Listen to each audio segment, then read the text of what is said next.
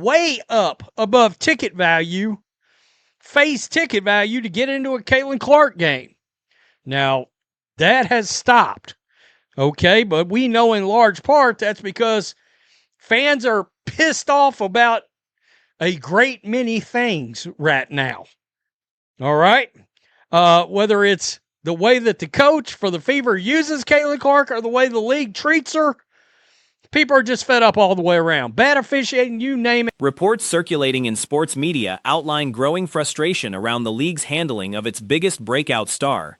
A recent Wall Street Journal piece hammered the WNBA over how it has managed and, at times, mishandled Caitlin Clark, a player unlike anything the league has produced before.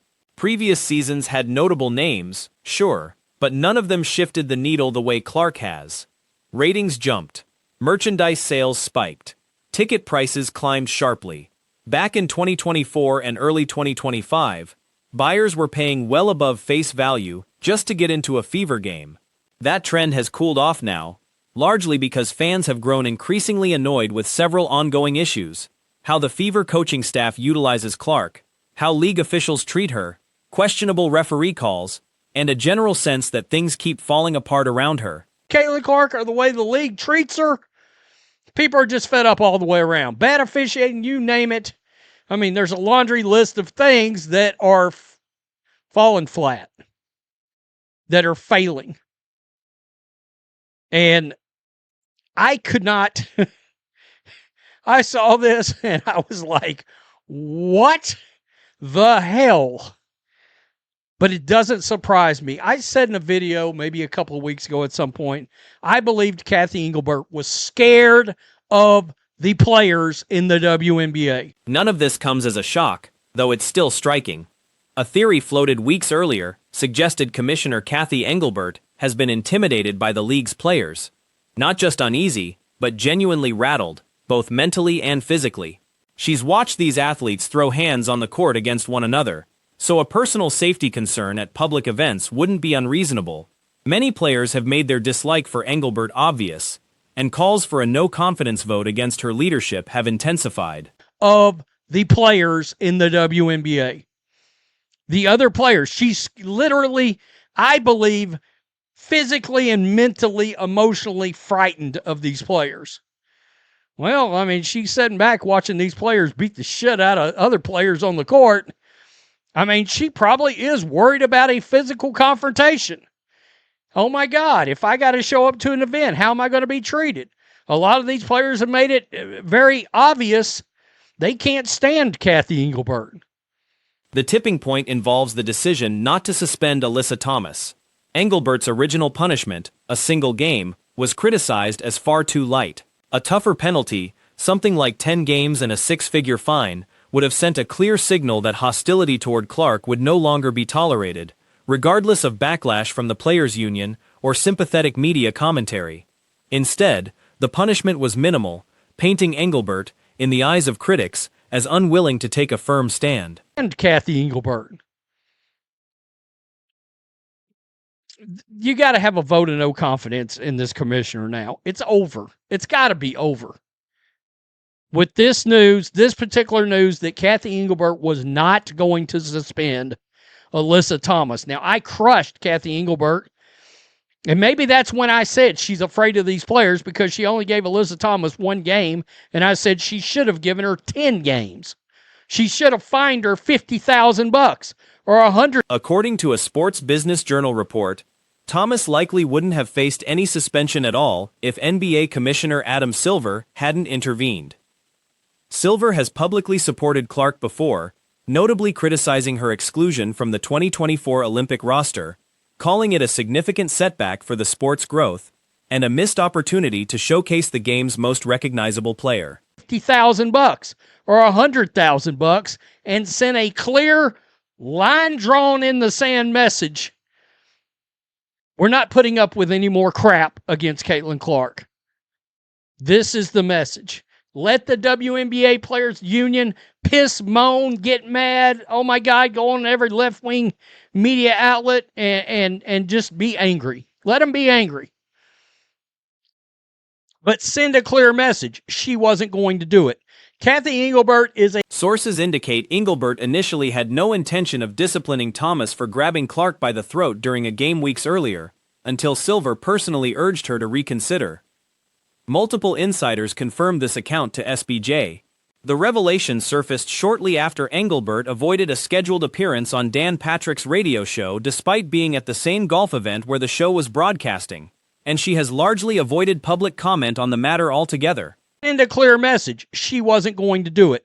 Kathy Engelbert is a coward. She's a coward.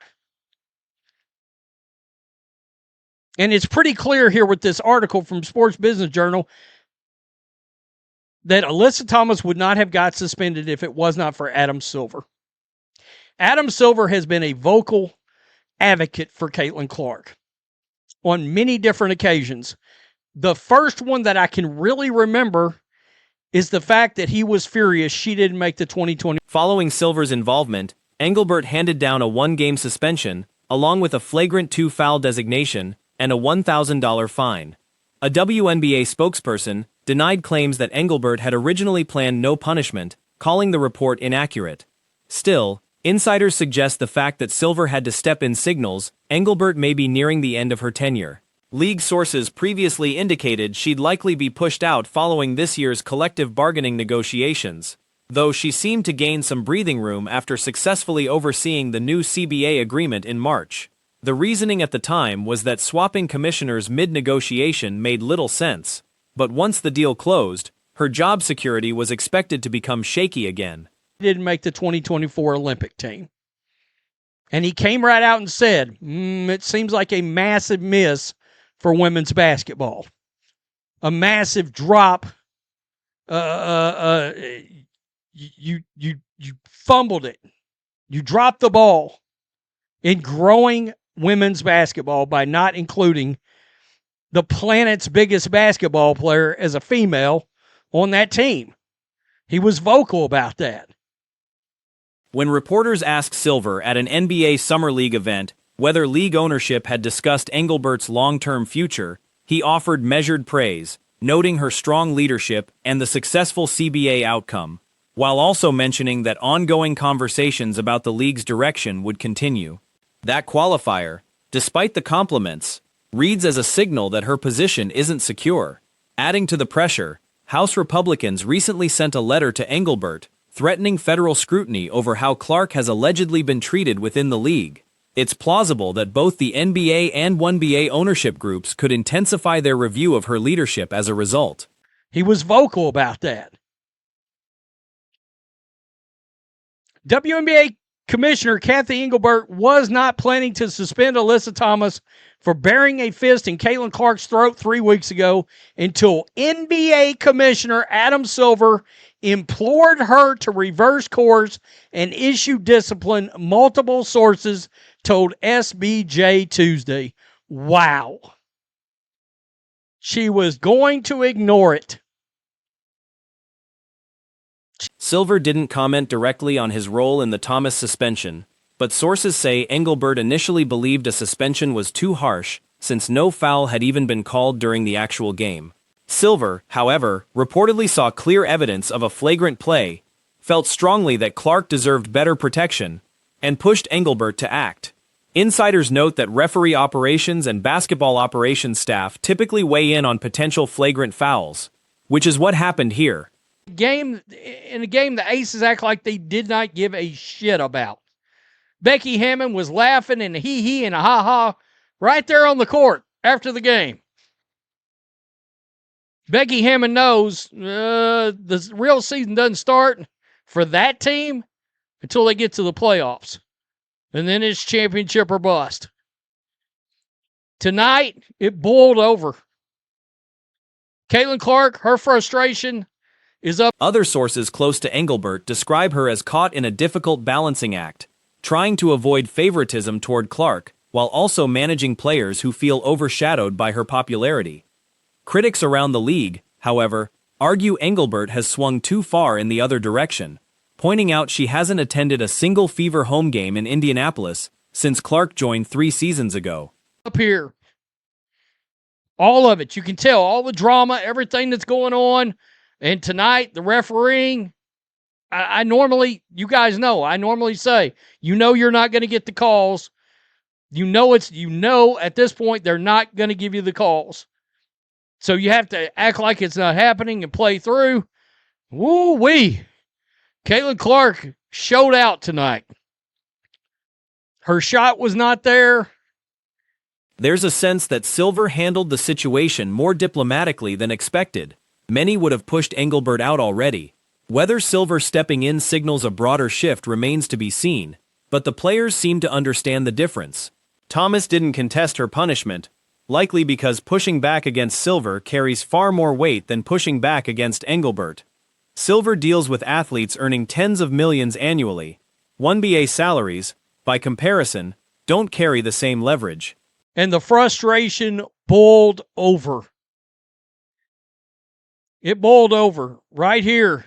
4 of 14 from the field, 1 of 8 from three-point range. 13 points, 6 assists, 3 rebounds. Aaliyah Boston, 15, 6 of 11. Kelsey Mitchell, 7 of 16, 20 points. Sophie Cunningham, 10 points, 2 of 4 from three-point range. There's also a comparison being drawn to how Silver steered the NBA away from political statements a few seasons back, publicly stating the league would step back from social and political causes after backlash over court messaging tied to social justice movements. Since then, the NBA has largely stayed out of those conversations. Critics argue a similar public pivot is needed in the 1BA, a clear statement distancing the league from off-court controversies. The overall takeaway from commentators, Engelbert appeared unwilling to act on her own, seemingly out of concern over how outspoken players might react. Whether that hesitation continues to define her leadership, or whether Silver's influence pushes the league toward change, remains an open question. Ugly, ugly game. And it felt like the Valkyries pretty much had this bad boy from the get-go. Like they pretty much consistently dominated this thing from beginning to end. And you guys that want to celebrate Stephanie White and her coaching prowess, go ahead. Have at it. That game was one of the hardest things to sit through as a viewer. The Valkyries dominated the Fever from start to finish tonight. Back when free agency opened this offseason, and it turned out the Indiana Fever weren't going to make major moves, and then through the draft, plenty of people in the sports commentary space were already warning that this roster wasn't built for a title run. The size wasn't there. The length wasn't there. Too many holes never got patched. And now this squad sits at 14 wins and 10 losses. Sure, they beat the Aces in one matchup, but the Aces barely seemed to care about that particular game. Becky Hammon was seen laughing it off on the court afterward. She knows the real fight for that team doesn't begin until the postseason, when it becomes win it all or nothing. I may be the last person screaming from the mountaintop. This is not going to work as currently constituted. It's not going to work. All right, she's got one of the biggest superstars on the planet in all of sports. This system, it's not built for her. And I think Caitlin knows that. I think we're seeing that boil over. But she's all... Tonight, everything came to a head. Caitlin Clark's frustration was visible the entire night.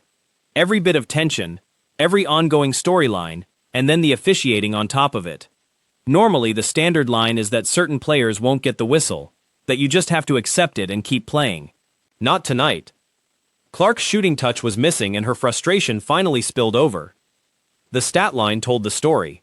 4 made shots out of 14 attempts, 1 of 8 from beyond the arc, 13 points, 6 assists, 3 rebounds. Aaliyah Boston put up 15 on 6 of 11 shooting. Kelsey Mitchell scored 20 on 7 of 16. Sophie Cunningham added 10 points, hitting 2 of 4 from 3.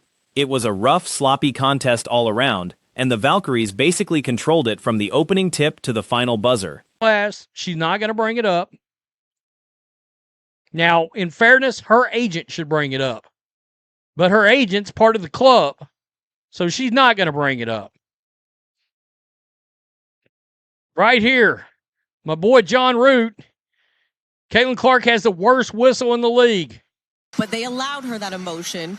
This was a drive in right here. Was not called a foul. And for anyone wanting to praise Stephanie White's coaching right now, that's their choice to make. One dissenting voice remains convinced this setup will not work as it currently stands. Indiana has one of the biggest stars in the sport, yet the system doesn't fit her game, and it looks like Clark herself is aware of that, even though she stays composed and won't say it publicly. Her representation, however, should be raising the issue, though since they're part of the same circle, that's unlikely to happen. Commentary elsewhere pointed out that Clark faces the worst whistle in... Wow, I gotta tell you, it was on and popping in this game. Even make a move to try to keep Burton off. Caitlin crashed out on the refs. Right here.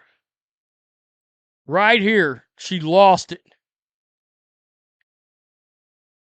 And you could tell at one point in the game, later after this, she got pulled out of the game, and On a lighter note, she also threw one of the prettiest behind-the-back passes of the season, even though the shot that followed didn't fall. It drew comparisons to the passing style Larry Bird was famous for, still just as impressive today. Later, Clark finally knocked down a jumper to snap her cold stretch. Overall, it was a difficult watch. Sophie Cunningham kept up her run as arguably the best three-point shooter in the league over the past several weeks, prompting talk that she deserves consideration for 6th Player of the Year. The emotion on display seemed to reflect everything piling on Clark: the missed calls, the ongoing tension with other players around the league going back to incidents involving Alyssa Thomas, Marina Mabrey, Kennedy Carter, and Angel Reese's clothesline hit. There was also the situation where Chelsea Gray suggested Clark's fans used a racial slur toward her, despite no evidence tying the person responsible to Clark or her fanbase in Indiana. None of that should have landed on Clark's shoulders, but it did anyway. I think she slammed the table on the way out of the game. But this is another look at this. Real close. I've got to be honest. The officials allowed... She said, F. I've been fouled 5 effing times. Give me a effing call. F. I got fouled 5 times. It boiled over tonight. It boiled over tonight.